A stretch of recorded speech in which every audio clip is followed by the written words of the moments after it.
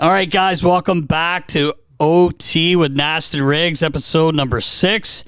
Riggs, hasn't been a lot of hockey in the last week because of the holidays. That's correct. And a little bit of COVID sprinkling around here. So we had a lot of questions sent in that we needed to get to, and we're going to answer those today. Yeah, let's do it, Nest. All right, brother. All right, baller. What do you got for us? All right, so Rob Thrash on Instagram, he asked, what is the main issue for the Flyers' mediocrity over the past decade? Players, drafting, or organization?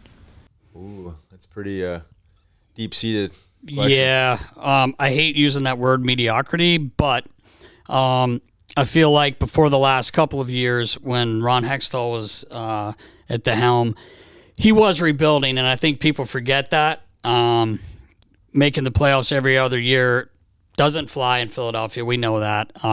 Doesn't fly for the players either. But, Riles, I'll turn to you on this one because you played the game. What are your thoughts on that? Well, I think it's a combination of a few things. There's not one specific thing, you know. It takes time to build teams up, and it takes a lot of effort to ever even come close to winning championship. But, what I've seen is... and all teams go through this where you draft a guy in a higher spot and they don't hit. I think there's been a couple of those over the years. But what comes to mind for me is moving guys out of the organization almost in their prime or before their prime, not giving them enough time to ripen, or moving them along for whatever reason. I'm saying Mike Richards and Jeff Carter. Right. It's a core pieces of your team, and not that they didn't get anything in return for them, but it's two core guys, and you're moving them after a couple consecutive strong years. Right. So I think it's a combination. Again, couple guys maybe not developing at the rate that the organization expected them to. And then, again, moving guys. Bob Roski comes to mind. I mean, essentially had a franchise goaltender there, and you moved him and kept Briz. And you've been waiting on that. You've been waiting on that him since, probably since Hexy. Right. And obviously the Flyers got, Carter Hart now, but, having a staple in the pipes is huge to build a team around, in my opinion. Sure. And I go back to, not that Steve Downey was, a 50 goal scorer, but, Downs was a perfect stereotypical Flyers player. Would he have been around for, a cup win in the last 10 years? Probably not. But nonetheless, I just think another example of a guy moved a little bit too early. You got, it's like you don't want to give up on these guys. So, it's complex. It's tough to build a Stanley Cup team. Yeah, and you got to stay healthy. There's been a couple of guys that have first round picks, Nolan Patrick, Sam Rand, that have battled the injuries. So a lot of variables, and then I think the development. Everyone's trying to develop players and try and make up for guys that don't hit, and try and patch some holes with guys that were developed in the minor leagues. But there's no real set one thing answer here. It's complicated. It is. It's not easy. Obviously, in Philadelphia, we're all just dying for this Stanley Cup win. I mean, and it's not like the organization's not either, or the players. It's just not that easy. Yeah. You're right. There's a lot of things you can point at, but some are bad breaks too. No one wants to hear that, but like you said, with injury bugs on some of these players that were first round picks, shoulda, coulda, woulda, but you just never know, right? Yeah. And most of the time, your first round picks, even your high ones, don't necessarily turn out to be high end elite players. You know what I mean? And you look around, like a Giroux, right.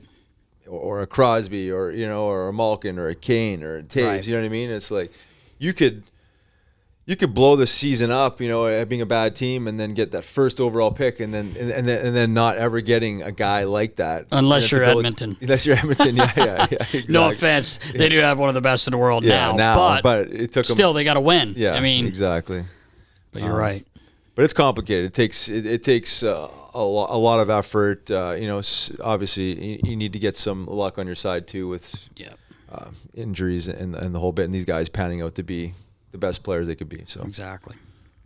Good answer, Riggs. Andy Hatcher asked us on Twitter, for Riley, your biggest Tilly win versus your first NHL goal, which was more exciting? Well, I think that would be an easy one to ask. We disagree. Yeah, we disagree. Good question, Hatch. That's a good question. Great question. However, my one and only NHL goal was in a 5-3 loss. I think it was a couple minutes left, making it 5-3. And I had no opportunity to celebrate. So it was just, I would have gone diving into the glass if I scored a goal in NHL. Line up as, You almost looked pissed when you scored that goal. I watched that video the other day. You almost looked like you're just pissed. Because all I could think about was lining up and fighting Steve Beijing. So, yes, big Tilly win, Andre Waugh or, McGrattan or, a couple of fights that come to mind. Energy, excitement is way higher than that specific goal. I get it. Yeah. That's just in my career. Obviously, if I had a few more, it would probably have been a different story. But I didn't, and that's my answer. Hey, it's your answer. It's your question. So I just think scoring a goal in the NHL is pretty damn huge. I know I would never even be there to do either, because if I definitely dropped the middies like old Sudsy did with his street clothes on, I'd have been 90-night Jim Kite. Oh, yeah. Yeah, so you did bring the energy, so I like your answer. But I think if that goal would have been 6-5 win, right, against I get Carey it. Price, then the answer would have been different. Exactly. No, I get it. I'm kidding. The situation itself. Yeah, for sure. We got Dylan Surface on Instagram. He wants to know how you would rate the Flyers' alternate jersey. Now, me and our boy Chris Mayer fight over this one. I'm not a huge fan of that jersey. Kind of grown on me a little bit. But I don't like the lettering. I don't like that the helmets don't match. The numbers on the helmets don't match the jersey. That's just me, though. That's just the equipment guy coming out in me. But, yeah, I just thought they could have come up with something a little more original. I mean, you kind of just went back to that 80s jersey, which is a great jersey. Yeah. Switched it around a little bit, but I'm not a huge fan of it. Yeah. But I feel the same way. Just average. It's just average. Yeah, they could have done a lot better. I feel. I think they could have dug in a little juiced more. it up. Yeah, that's just my opinion, though. Tim Tobin on Twitter asked, "What's your favorite stick and favorite curve you ever used?"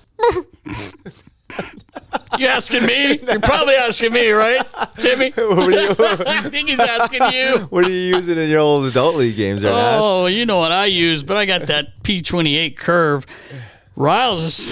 Riles had the Green Goblin. That had Green Goblin. I don't even know what pattern. It was a CCM. Was it jury? Yeah, it was a jury. But not when you first came. I'm not sure it was my favorite stick. No, definitely not when I first came. Dude, I came from the Central Hockey League. I understand. I'm just saying, I wish we would have saved one of those for people to see. Actually, basically, it just looks like what Sidney Crosby and used to use and Wayne Gretzky, to be honest. I don't think you were throwing those numbers up in the Central League, though. I don't think you were, anyway. No, the old paddle didn't convert. Could have played right or left-handed, though, man. You were ambidextrous there. Oh, man. Yeah, exactly. Awesome.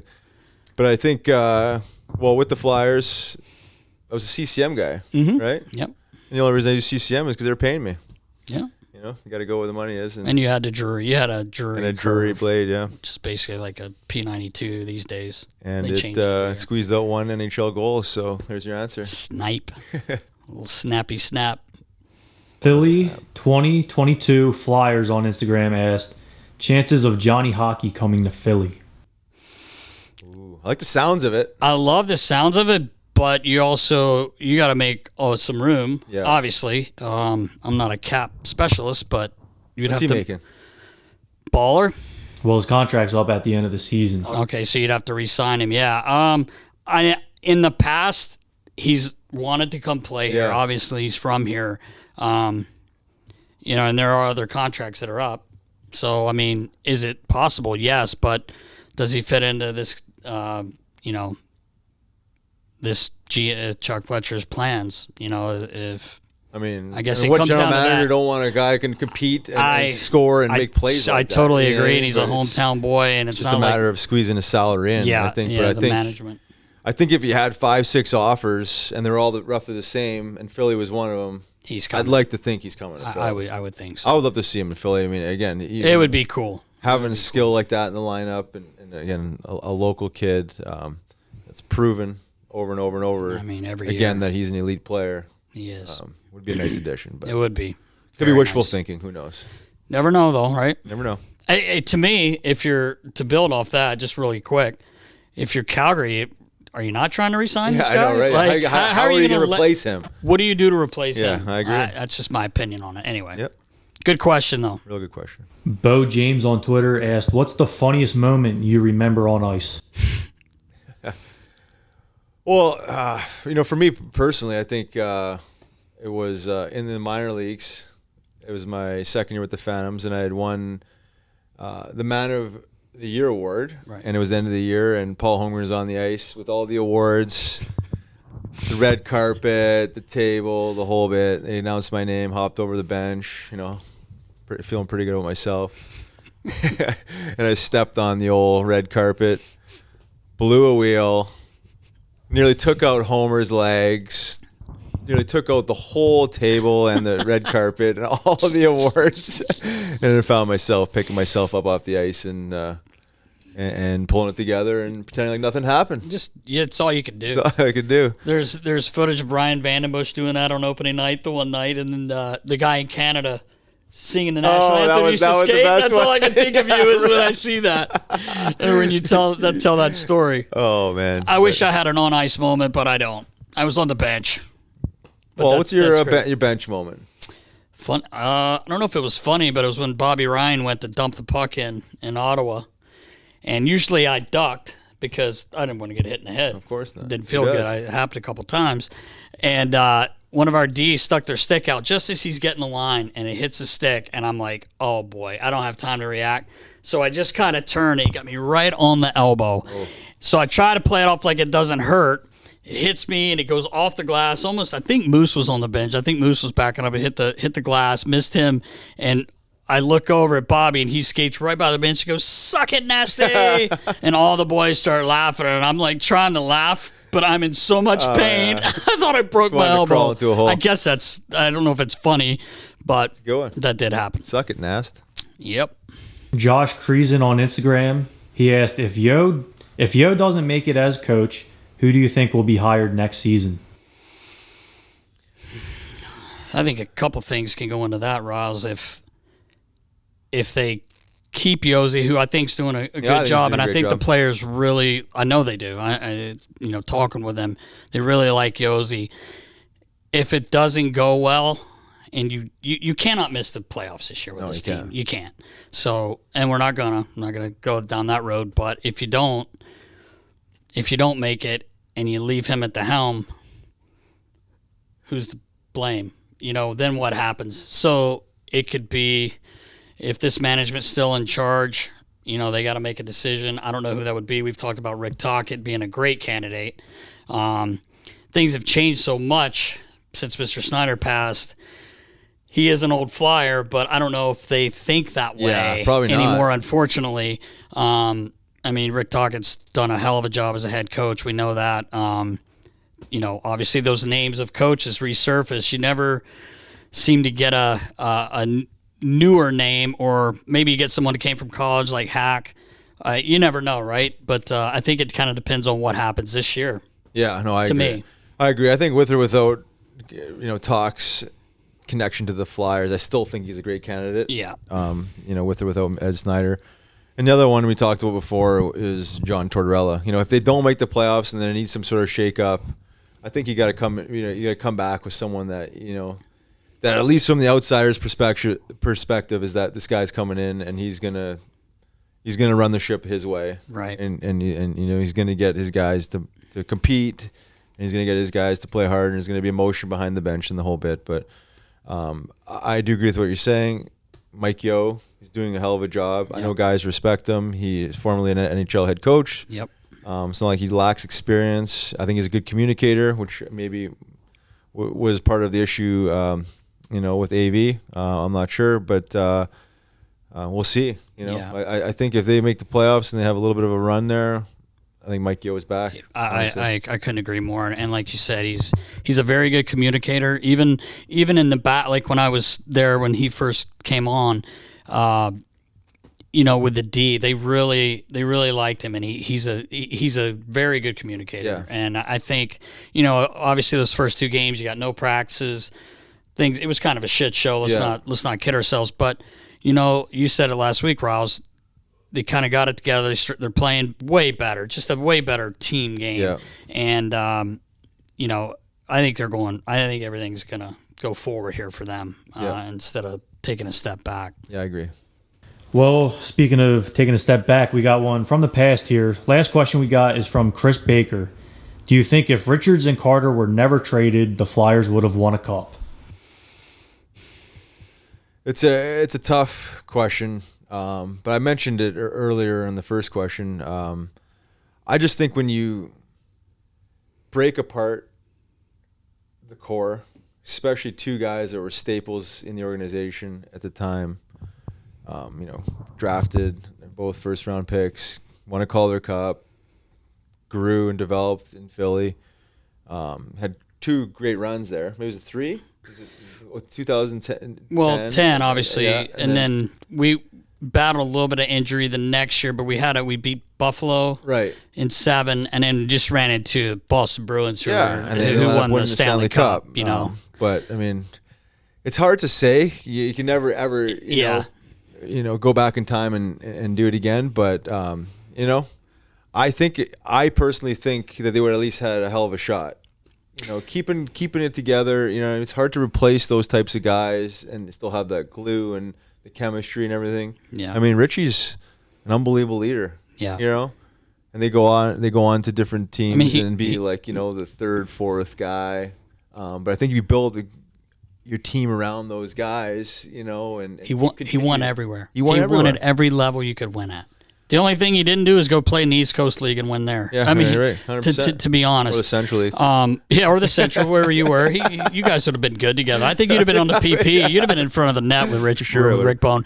But no, seriously, whenever people would say that to me, I agree with you.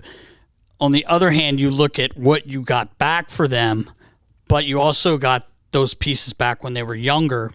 Where Richie and Jeff were still young, but they were experienced. Yeah, they had played years, and they're still in their prime. They were, and look at Braden Shin. You ended up with Braden Shin, Couturier, who's a great player. Wayne Simmons, who was just an unreal flyer. That I was hoping he would finish his career here. I know. I know he's happy and everything. Things happen, but you got some really outstanding players for them. But at the same time, you got them when they were very young. And we're still, trying to build with them. You're just kind of starting over a little bit, even though we had a pretty good run that year. We got Yager, as well as all those guys. So it's tough. When you move guys like that, you got to start patching some holes. Yes, that's. I think that's where I get hooked on this is that. And Yags is a great addition. I think they should have re-signed him if he was willing to. I'm not sure exactly the story there, but you start patching holes with some pieces.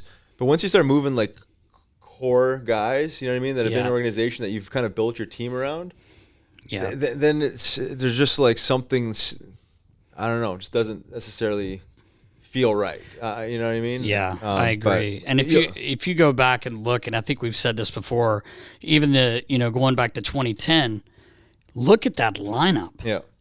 I mean, that lineup's insane. And even Simone wasn't old at that point. I mean, you had Ville, Hartnell, and Danny Briere. That line couldn't be stopped in the playoffs. Yep. I mean, and then just the whole lineup. And, it's you never know, but it is a great question. It's a really great question. But we know this, they went on to win. Yeah. And that's all Mike Richards did his whole career. Yeah. So, I mean, it's a shame, but at the same time, met some great friends and good people with everyone that came in for them, and they got to win. So that's at least they got to win. Yeah, and we'll never know the answer to the question. Obviously, we can speculate. It's a great question. It's a great question, though. But I'm just a firm believer is when you break up core leadership group, it's hard to get back to where that was. You know what I mean? True. It takes a long time to build that. Yeah.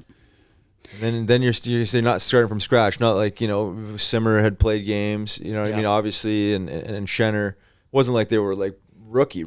Right.